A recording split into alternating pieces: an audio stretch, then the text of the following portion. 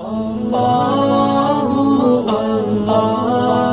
علیکم dear brothers and sisters, I am Muhammad Usman Ahmed Qureshi and you are watching Usman Ahmed reaction. امید کرتا ہوں کہ آپ سب لوگ خیر و خیریت سے ہوں گے اور اپنے گھر والوں کے ساتھ ہنسی خوشی زندگی گزار رہے ہوں گے۔ بردرز اینڈ سسٹرز، آج کی جو ہماری ویڈیو ہے وہ واقعہ کربلا پارٹ 4 ہے۔ مزید ٹائم ضائع کے بغیر اپنی ویڈیو کی طرف بڑھتے ہیں، لیکن اس سے پہلے اگر آپ ہمارے چینل پر نئے ہیں اور آپ نے ابھی تک ہمارے چینل کو سبسکرائب نہیں کیا تو ہمارے چینل کو سبسکرائب کریں اور ساتھ ہی موجود نوٹیفیکیشن بیل کو بھی آن کریں تاکہ ہمارے آنے والی ہر نئی ویڈیو کی نوٹیفیکیشن آپ تک بآسانی پہنچ سکے۔ اس کے علاوہ اگر آپ نے ہمیں ہمارے سوشل میڈیا ہینڈلز پر فالو نہیں کیا تو آپ ان پہ بھی فالو کریں، لنک آپ کو نیچے ڈسکرپشن باکس میں مل جائے گا۔ تو مزید ٹائم ضائع کے بغیر اپنی ویڈیو کی طرف بڑھتے ہیں۔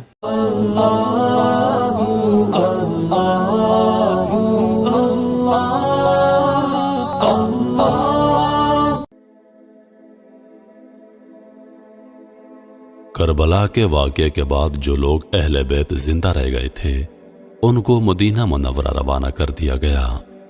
راستے میں کیا کیا مشکلات درپیش تھیں وہ خطبہ بی بی زینب رضی اللہ تعالی عنہا میں بیان ہو چکا ہے۔ آپ جب مدینہ منورہ پہنچی تو یہاں بھی آپ کو سکون سے رہنے نہیں دیا گیا۔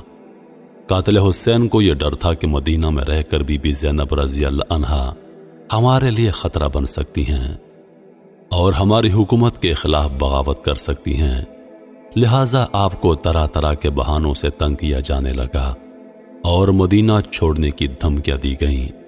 بالآخر تنگ ہو کر آپ نے ملک مصر کا رخ کیا اور صرف 1 سال کے بعد اس فانی دنیا سے رخصت ہو گئیں۔ ناظرین، اب بات کرتے ہیں ابن زیاد اور یزید کا انجام کیا ہوا، کربلا کے بعد کیا ہوا۔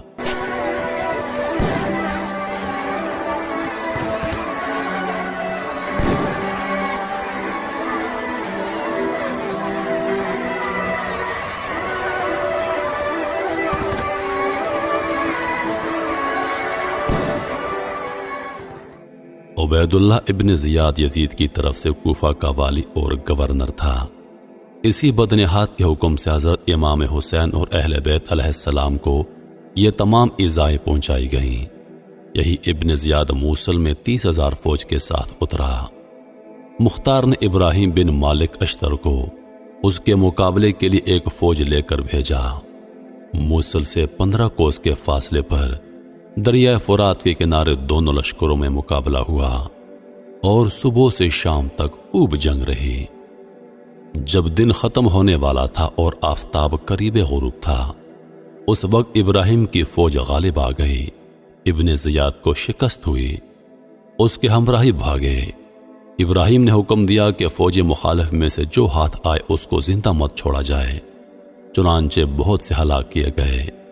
اسی ہنگامہ میں ابن زیاد بھی فرات کے کنارے محرم کی 10ویں تاریخ کو 67 ہجری میں مارا گیا اور اس کا سر کاٹ کر ابراہیم کے پاس بھیجا گیا۔ ابراہیم نے مختار ثقفی کے پاس کوفہ میں بھجوایا۔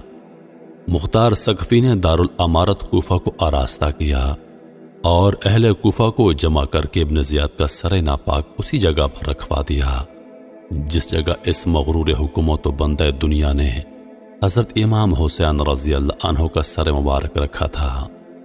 مختار نے اہل کوفہ کو مخاطب کر کے کہا، اے اہل کوفہ، دیکھ لو حضرت امام حسین رضی اللہ عنہ کے خون ناحق نے ابن زیاد کو نہ چھوڑا۔ آج اس نامراد کا سر اس ذلت و رسوائی کے ساتھ یہاں رکھا ہوا ہے۔ 6 سال ہو گئے ہیں، وہی تاریخ ہے، وہی جگہ ہے۔ خداوند عالم نے اس مغرور فرعون خسال کو ایسی ذلت اور رسوائی کے ساتھ ہلاک کیا۔ اسی کوفہ اور اسی دارالامارت میں اس بے دین کے قتل و ہلاک پر جشن منایا جا رہا ہے۔ ترمذی شریف کی حدیث میں ہے کہ جس وقت ابن زیاد اور اس کے سرداروں کے سر مختار ثقفی کے سامنے لا کر رکھ دیے گئے تو ایک بڑا سانپ نمودار ہوا۔ اس کی ہیبت سے لوگ ڈر گئے، وہ تمام سروں پر پھرا۔ جب عبید اللہ ابن زیاد کے سر کے پاس پہنچا، اس کے نتن میں گھس گیا اور تھوڑی دیر ٹھہر کر اس کے منہ سے نکلا۔ اس طرح 3 بار اس کے سر کے اندر داخل ہوا اور غائب ہو گیا۔ حضرت امام حسین رضی اللہ تعالی عنہ کے قتل کے بدلے لوگوں کو عہدے اور حکومت کا لالچ دیا گیا تھا۔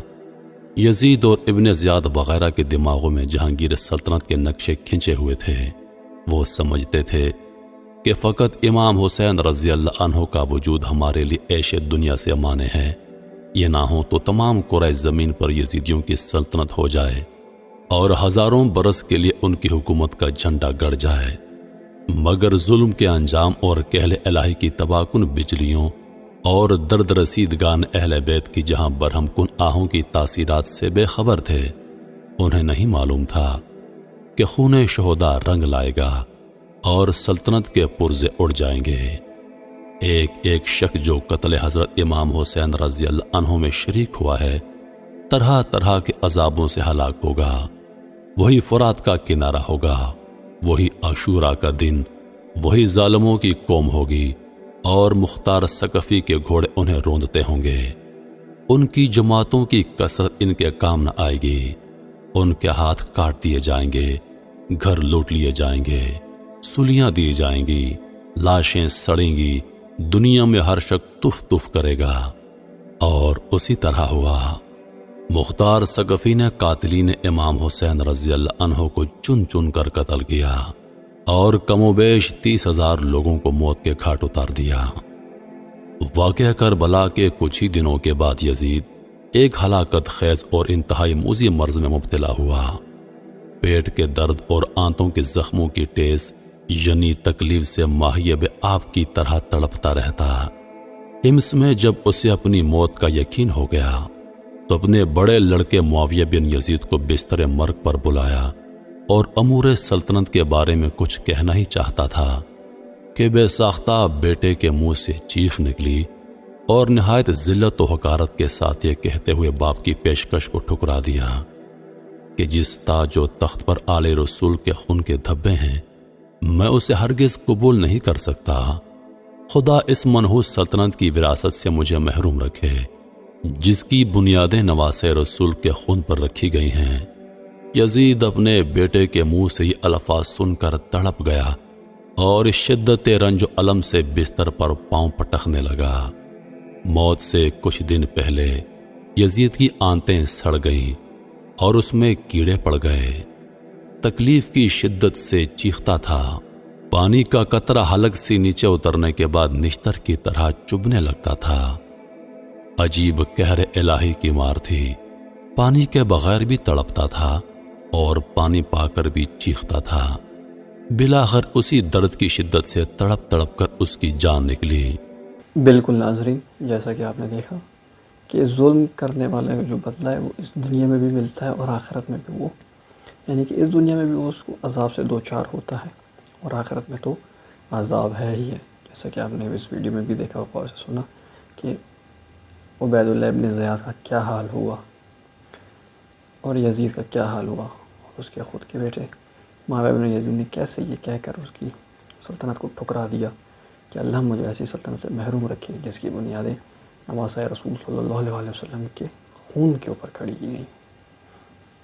تو ناظرین، یہ تھا واقعہ کربلا جو ہم نے مختلف اس کو ویڈیوز میں کور کیا، اور بیسیکلی جس سے ہمیں سبق یہی ملتا ہے وہ یہی ملتا ہے کہ نمبر ایک تو یہ کہ کچھ بھی ہو ہمیں ظلم کے خلاف آواز اٹھانی چاہیے، ظالم کا ساتھ کبھی نہیں دینا چاہیے،